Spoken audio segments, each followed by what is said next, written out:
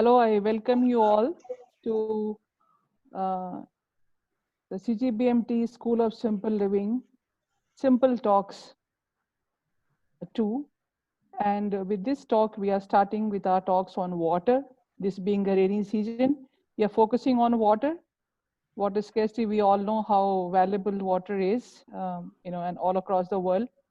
People have been telling probably the next world war might happen because of water. So we have water everywhere, but we still have a lot of paucity of water, which is unpolluted, which is portable, and which is available to us at our doorstep. So today we have here architect Anand DK, Professor Anand DK, Design Chair, College of Architecture, Trivandrum, and I have Dr. Bhakti Devi from Urban Doctor to discuss this very important issue in the very challenging times of COVID-19, when everyone is supposed to be washing their hands every 20 minutes. It's so much of water going for washing hands and washing everything and vegetables 2-3 times. How are you going to actually cope up with this water demand in our daily life? And how can we achieve water equity as much as possible for every human being? I mean, I'm just not talking about India, I'm across the world. So I will just briefly introduce Professor Architect Anand DK, and then leave the floor for him to continue the discussion with Dr. Bhakti Devi. And so Anand DK, my association with him goes very, very long. In fact, we studied together at Government College of Architecture, Lucknow, and graduated in 1987. And we have been keeping in touch since that time. And I have been seeing his career growth since those days. He started his firm with another colleague, and it was called Mathur and Daniel, and it was based out of Lucknow in partnership with him. And he subsequently led so many designs and project teams at corporate offices in India and abroad. He has projects which he did for Sterling in hotels and resorts. He also handled residence and office developments for embassy. I remember going for an interview with him, to him, for asking for projects long back, in fact. And so then afterwards he moved on to Chaitanya, and then he joined Nelson as the, I think, Asia head, if I remember correctly. And he has not written, in a humble person. Yeah, and he did his Cisco real estate vision and workplace guidelines for Airtel across the country and abroad. And then he turned around contracting and construction operations with a particular focus. I found him, like, we architects are definitely not very, I would say, business kind of people with management skills, but he does it in a very, very efficient manner. And I have been constantly in touch with him with my issues, with several of the, projects. And currently, as I said, he's a design chair at College of Trivandrum, and he shares his learning and experiences with the young minds. He also is mentoring a studio for design practice dedicated for international projects and limited development and investment consulting at Trivandrum. He's a member of he's a fellow of the Indian Institute of Architects, and accredited MIRICS MRICS professional, and member of the Royal Institution of Chartered Surveyors, UK. Among other alignments, he has served as an adjunct faculty at various schools of design and advisory member at Center for Green Building Materials and Technology, Bangalore. Currently, he is with us, advising us how to take this institution forward and make it into a properly managed institute. So in brief, that's what Anand DK is about. And so with this, DK, I welcome you once again, and I thank you for being here. And over to you to introduce Dr. Bhakti Devi, our chief guest or speaker for this interview. Thank you, Neelam. Thank you. It was a great pleasure to listening to all my humbled and elaborated brief. Thank you very much. It's great pleasure to be in this talk series of Sadharan Bate. And today we are talking about one of the most important elements of our survival, water. Uh, we have Dr. Bhakti Devi, a water expert, though a civil engineer who experienced in environmental engineering and probably got fascinated with water. She spent her first 25 years as soon as she graduated back in Sydney, and where she were working on a lot of community-based projects, water companies, evidence-based policies, plans and programs that embedded sustainable water management with their businesses. Some examples of some projects that she worked on: a decentralized water master plan for the city of Sydney that triggered several innovations and award-winning water projects like stormwater harvesting at Sydney Park, rain garden integration into roads and footpath renewals, small-scale water recycling schemes to supply non-potable water to buildings within the city. Also, water conservation program for businesses and offices in Sydney Water Corporation. So she located or relocated back to India in 2017 when she said she had an urge to bring all her learnings back to our Indian society, and said, whatever she has learned, and she has done that in Sydney, why can't it be in India? She's called Urban Doctor, Water Doctor here. Urban Water Doctor is a mission to build a global network of franchise-based water entrepreneurs who enable water users in their water-stressed cities to make their own oasis. The business service provided by Urban Water Doctor is designed to reduce a reliance of existing residential, commercial, institutional properties on unsustainable water source by 50 to 100%. This service is provided by using an international patent which is pending, H2O Diagnostics Tool, that has been developed following an extensive research of existing buildings and water users in the city of Bangalore. She's been doing this for the last 3 years. Now she is not only this, she is very and probably an advocate and advocates the water sustainability across communities. So today let us understand, where does the water actually stand in today's current society? Why do you think water has become a problem in today's society? We often hear there is no water here, there's no. I remember in school when we said water is everywhere, but no water to drink. So I think it's quite similar. I mean, like we have always been used to hearing water, water, water, but now we are almost hearing that this city is fixed with no real water. We have to think about getting water now. So, Dr. Bhakti, I mean, the first question or first query rather to you to understand is, where are we with respect to this water? First of all, thank you very much, Neelam, for this invitation to be part of this talk, which is really, I'm inspired by the mission of the talk, Simple Living. And also thank you, Architect Anand, for the introduction. And I'm looking forward to this conversation. So talking about where are we with respect to water? Of course, if you were to look at the headlines, in fact, when I first came to Bangalore, and what I did was to YouTube search water in Bangalore, and you could date back to since 2008. You can find YouTube clips that are talking about that water is an issue in Bangalore city. And what we find is city after city, so Chennai, Bangalore, they are making headlines. But what I say is that generally these cities are in the front of queue. Other cities are actually, they are also going to arrive at the same situation. So that is pretty clear what the situation of water is, that everyone is hearing in the news that water is depleting, water is scarce, and even they're experiencing at city level restrictions of water that are supplied by the water board or the city. So I think what would be useful to understand is, how did we arrive at this situation? what it's very important that we spend some time reflecting on, we keep talking about it, but we don't really discuss the underlying causes that have led us to this situation. And I think that's where I would like to, help the listeners and your audience reflect on that a little bit.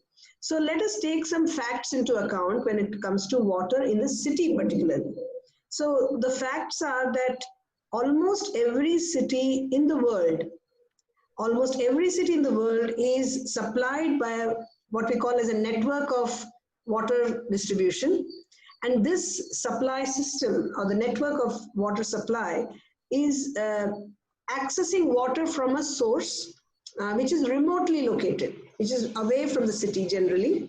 And this is usually either a fresh water, surface water, or in some cases it is groundwater. So it's extracted from the source, a fresh water source is extracted. The distribution pipe sends it out to people in the city.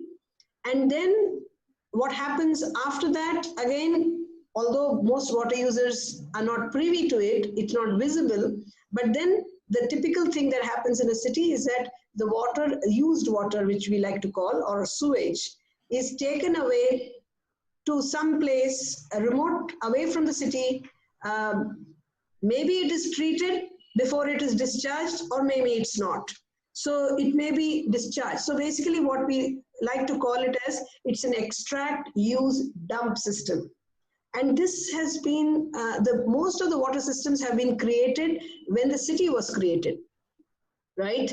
And at the time, and most of these systems are over 100 years old, because cities are, have been happening since industrialization. So they are the same age.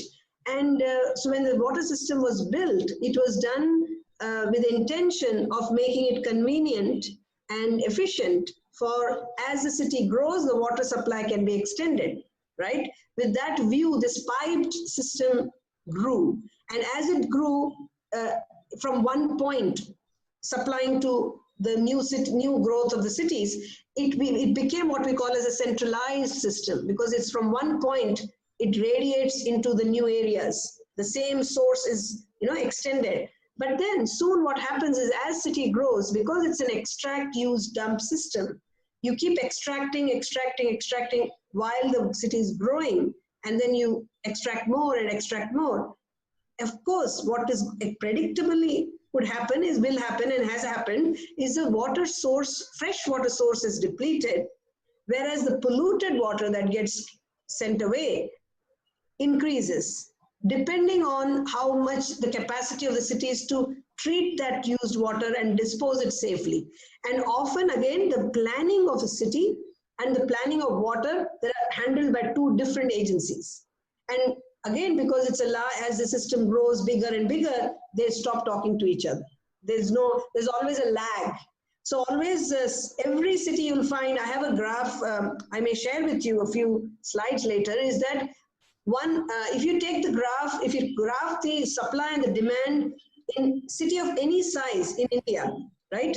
Every single city you'll find has a shortage of supply, which means the supply is less than what is, demand, what the demand is.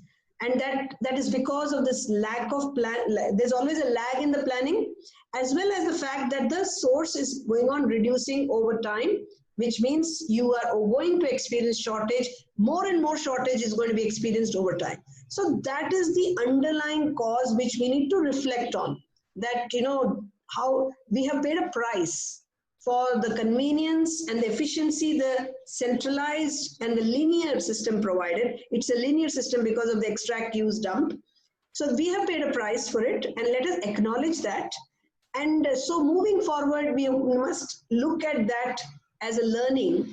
And then any solution we find moving forward, we should not be repeating that mistake of creating a linear system, creating an unsustainable system, and creating a system which has actually, in effect, put the water users in a bubble. So all water users, without having the intention of becoming water illiterate, the system has rendered them water illiterate simply because, again, for the sake of convenience, we only know the tap, water from the tap. We don't know before it, we don't know after it. That's because the system was meant to for our convenience, but we have paid a price. And these are the lessons I think more important to reflect on, which give you a clue about why we landed here. And it is, if we do not reflect and do not acknowledge these underlying causes, it is likely that any new solution will embed the same thinking, and we don't want to do that. So that's what I will say, is more important to reflect. So can I also, can I simply say it in a very simple terms that Yeah. city is anyway growing. City has to grow. Yes. City has started, Correct. people are going to grow. We can't stop Yes. that. Yeah. Now, when the city would have started, there would have been a source of water. Yeah. Now that source of water is not perennial, or even if it is Yes. perennial, there is a Yes. certain rate of flow of this thing. Exactly. The demand The of volume. the city volume was much larger than what I could extract. So now we are in a situation that we are running, that fellow is going down, this fellow is going up. We are left with some kind of water which is not good to be potable. So we need to get a bridge. So do you think, can we do a bridge? Do you think, is it possible to bridge it? The bridge, okay. So now if you talk about the bridging, or, how do we address the shortfall, growing shortfall, right? It's a growing one, because as the population grows, this is only going to get bigger. Right. So as I said, the clue to bridging the gap or addressing this shortage lies in the fact that learning from the lessons. So what I like to say, there are 3 key lessons we need to learn about the underlying causes of this today's situation. The lesson number 1, linear system is a problem, right? Keeping water users in a bubble is a problem, which means, and the third thing which I did not mention in the current context, which has contributed, is there is a mindset when it comes to us as humans, and we humans are the ones who run organizations. So if an organization is showing a mindset, it's because we humans think in that way. And what is that mindset? There's a problematic mindset that, whenever we run out of a shortage of water, right? How do we define shortage? Shortage is difference between what we need and what is available, correct? The difference between that is shortage. But every time we come across a shortage, our tendency is that let's increase the supply to reduce the shortage. Right? Which is fair enough, because if you increase the supply, shortage will go down. But we never pay attention to the fact that the shortage also depends on the need or the consumption. Right? We never look at to see, are we using water in the correct way? Are we using it in an efficient way? Is there room to cut down some wasteful water? Right? And that tendency is also reflected at an organization when a water agency is managing a large system. Every time the population grows, they only think of, let me build a new scheme, let me build a new dam, let me drill some new wells, right? And the same thing happens when we start managing water at our own property, because now the water has become restricted. The water supply from the cities is not sufficient, so people have started to drill wells. So again, whenever their well dries up, they dig another well, without ever looking at how am I using water? Because the shortage is also contributed by my behavior, how I'm using the water. In fact, our research in Bangalore city, where we studied many, many buildings for 18 months before we designed a service, we found that many, many buildings are using water, which is, 50% of their water consumption can be easily reduced by very simple measures. And what 50% of water to translate in practice, let's say one property is because they do not have any city water supply. That's a very common situation in Bangalore. If they are ordering 10 trucks, let's say, every day for their demand, when we looked at their actual consumption, the way they were using, 50% can be easily cut down, means they only need to buy 5 trucks every day, which means they are paying so much more where they don't need. Whereas instead what they do is, when they have a shortfall, they either buy more trucks or they go and drill a well. And that mindset is also the third lesson We are learning from the current system. So I'll repeat, the 3 lessons to learn from the current system going forward is that water users should not be kept in a bubble. We want to get water users to become more aware of just their own system, not the entire city, just their own system, and become accountable because of that. And the second is not to build a linear system of extract, use, dump, which always will come with an expiry date. And the third is to make sure your priority should be, look at my demand. How do I manage my demand in order to manage the imbalance between the supply and the demand? So if we keep these 3 guiding principles in mind, we can. So what would be the guiding principles? Therefore, it would be the opposite. Okay, it will be the opposite, which means instead of linear, we want to create a circular system. So instead of large linear, we make small circular systems. Instead of keeping water users away, we involve the water users. We invite the water users. We make them participate in a way that actually they develop an insight on their own water system of the property where they're living. And the third thing is, always whenever we are addressing a water shortage within a property, we prioritize water efficiency, water demand management over finding a new supply. Even when people are preaching rainwater harvesting, what is the point of putting a harvesting when you are actually having a wasteful practice?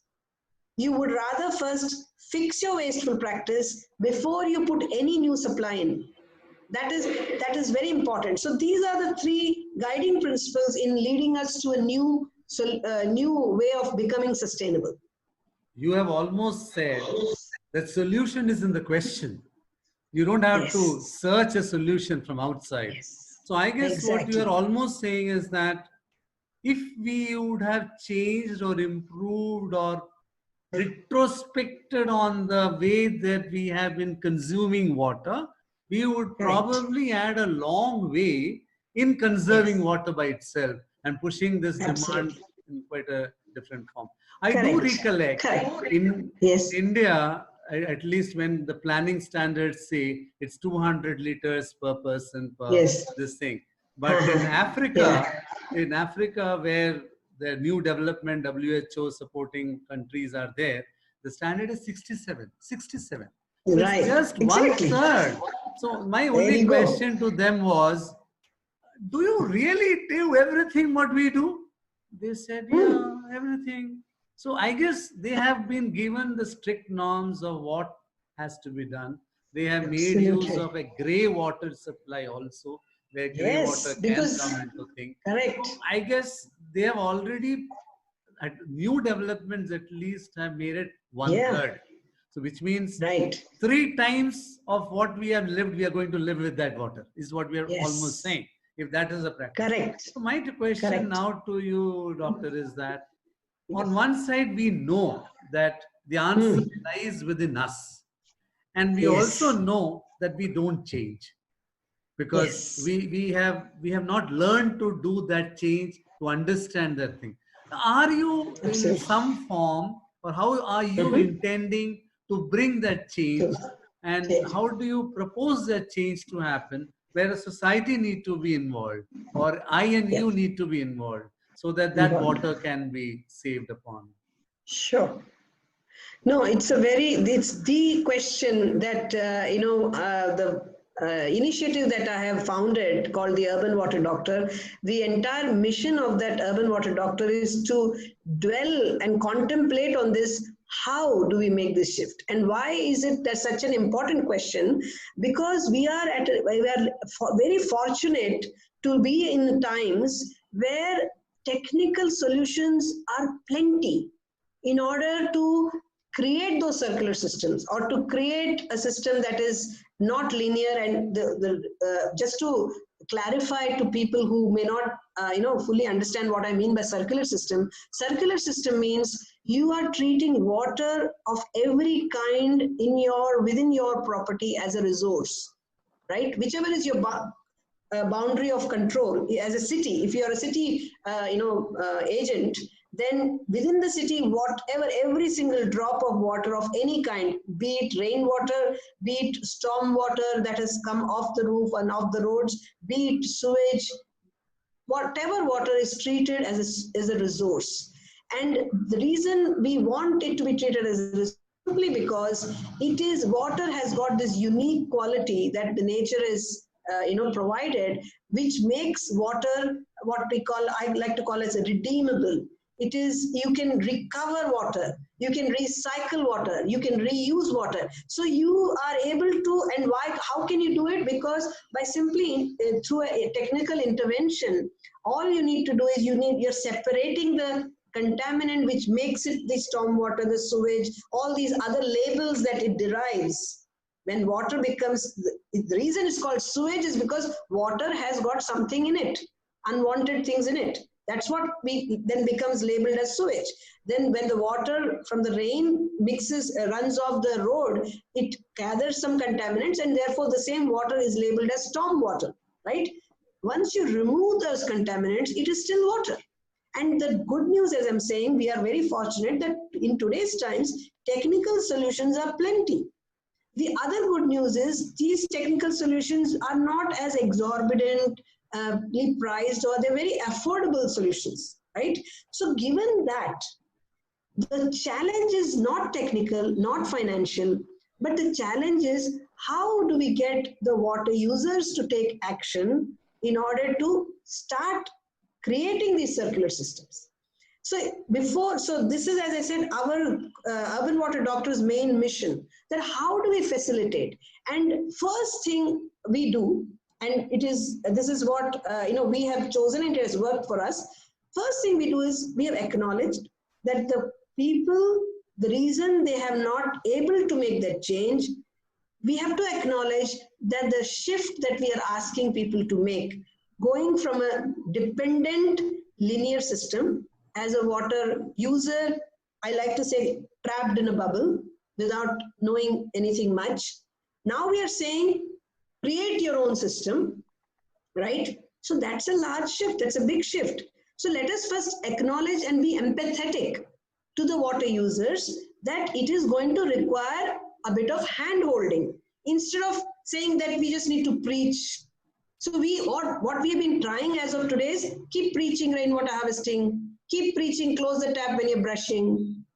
That doesn't achieve action, because as humans, you conditioned them. First, you condition them by the system, you condition them by, not knowing anything how the water works, not counting water, not measuring water, not paying for water. And now you expect that the preaching will yield some impact? No, that doesn't happen. So we have to acknowledge that first.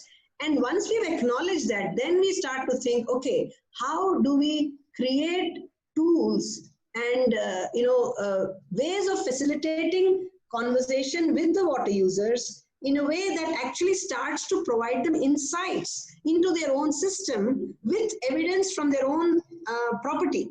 And that insight, and we have faith in the intelligence of people. We don't give up by saying, oh, people never change. No, you haven't figured out how people behave. That is why they don't change, because you think they will change by providing information, by providing guesswork or preaching. But no, we believe that if people are given the right insightful information by involving them, then and also prompt them into thinking. So we never make conclusions for them, but we help them realize and come to their own conclusions. Then there is scope to change. There is definitely people do change, and that is what we have been experimenting with various tools to create those conversations at the property level, because it's a community.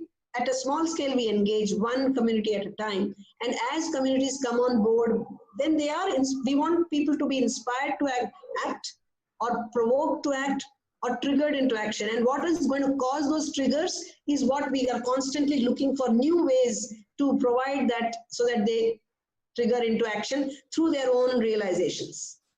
So it's a slow process, but it's doable. Yeah, I think Doctor, you have emphasized three things actually. One, the big city, big network, which is fixed at one point, giving away everybody may not be the best way. It needs to be divided into smaller pockets and smaller circuits. That's one point to emphasize. The second point, what you said is that It is not just preaching and letting people know that just do this, Yes. do this, do this, it won't work. So if you can Yes. engage them, educate them, and Yes. tell them that what does it mean when you change your practice, and how does it Right. translate to and getting Yeah. back ourselves into the nature and be getting and Absolutely. probably saving out whatever we can and Yes. increase the availability of water for future generations. And the Absolutely. third thing that you Absolutely. said very promptly is that all this is possible now. It's not that it is Yes. impossible. They're all Yeah. available. There is a Yeah. technological interface. There is a social empathetic response which is available. So it can be all come together, and that can Yes. actually make the water, which is not, we need not always be dependent. We can make it Yeah. resilient.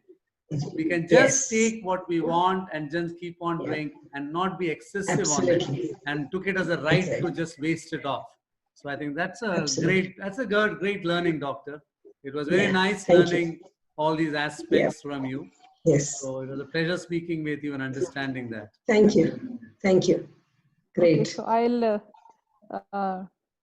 can I also ask a questions if we have Yes, Yes, you time? sure. can. Okay. Yes, you can. Yeah, yeah.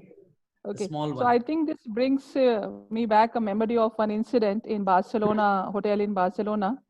Uh-huh. And I had gone there, and there was no drinking water in the bathroom.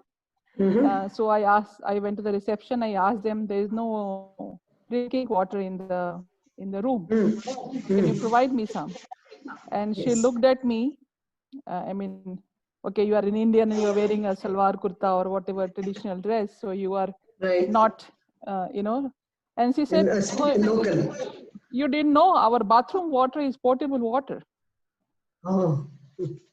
Right. So I just looked at her as to why do we have to, I mean, I didn't tell her. The question Uh-huh. is, why do we have to process Have our bottle. water to that level Yeah. to use potable water for your flushing and even in Correct. the, what is Bathroom. wash basin? I mean, out Yes. of the, I don't know, DK said 200 liters. I remember 135 liters Yeah. per person Yeah. per day Yes. as the Correct. requirement.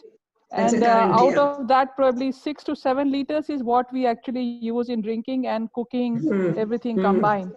So that's the only Absolutely. amount of water which needs to be potable and others. So this was one incident which Yes. has remained Mm. with me, Mm. thinking that technology not used where it is supposed to be used and how Yes. much to be used True. True. probably has been also a big problem. Yes. And Absolutely. yeah, and from your talk, what I gathered Mm-hmm. now again, as my Mm. belief again goes further, that Mm. it is us, we human beings, Yes. the common man, the Yeah. sadharan man, the simple man on the street, is Yes. his actions are Yes. probably the answer to all these Correct. problems. Absolutely. Of course, about climate is also one thing, and water also in particular. Because Absolutely. yeah, so this is something which I think one question on that is that how can an individual or society participate in bringing this change is I think Okay. that's we both myself Very and relevant DK, we actually question. thought of this as to Hmm. so your What's the takeaway? message to the simple man as to Hmm. on the Where do you street as start? to where do you start. That is right. Yes, very good. Because this is, and as you rightly understood, that what we are saying is the answer lies within. So you don't need to look out. Look within your own property, within your own control. There's so much possible.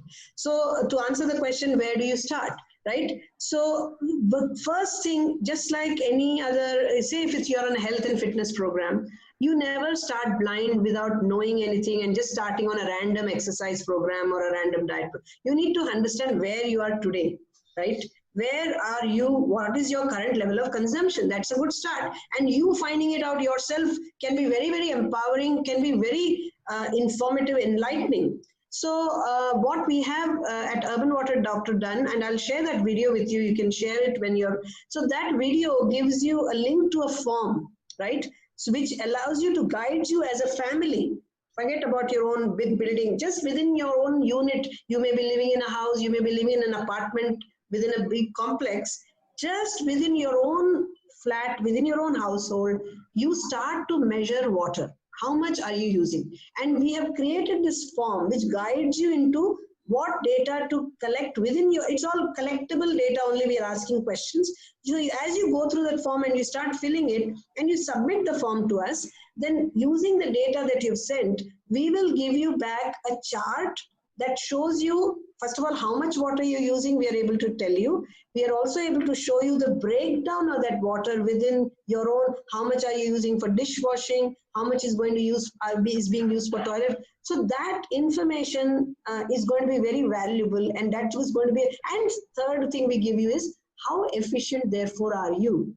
Is there room to improve your level of efficiency, which means reduce your consumption without compromising on your lifestyle? It is not going to compromise. We are not asking you to go without bath, without doing that type of thing, still carrying on your things, but with less water. So you will get an idea how much of scope there is for saving water within your own household. And that will be the very good start, because always start by measuring. Because if you are not aware of the counting, so we always say count water like money. So just like money, if you didn't keep count of it, you keep spending it without knowing where it's going, then of course you'll run out of. So I think everyone getting that sensitization, and by doing it yourself, you can do it yourself, and immediately it empowers you. It just makes you realize where are you using how much water. I think that is something that is practical. Yeah, I think that would be great if you can share that form with us. I will. And There's a YouTube video instruction to go with the form if you need, because the form is quite self-explanatory, but we also provided a video instruction to, so that you can hear it, because some people are interested in knowing why we are asking that. So it explains that, and you can use the form. Yeah, together we can just put it, and we'll forward all those things, all those forms to you. Yes, that will be a really great insight as to how to take the things forward. Sure. And what we will do is, just to make it interesting for people, to incentivize people to do that exercise, we can say that, if you do this, maybe one of your training or our training, we can offer you some, some discount, those who have completed that form. So that will incentivize them to actually go on that journey. Yeah, okay. So I think actually, we should. actually, what we actually, I think we already discussed with you also separately, Yes. and I discussed with Anandike also, that we definitely Yes. would be like to take this thing forward for maybe a small course for people. Absolutely. Which is more like nudging them what to do, and then get to some nudging kind of them. a That's the right way to put it. Nudging them, nudging people and into then action. if there are people who can become entrepreneurs, because we need people on the ground to do some smaller things. So if the people are available, it will be more Call would doable. close So that is now. what I think. Sure. It was a pleasure. With this, I thank Dr. Bhakti and thank you.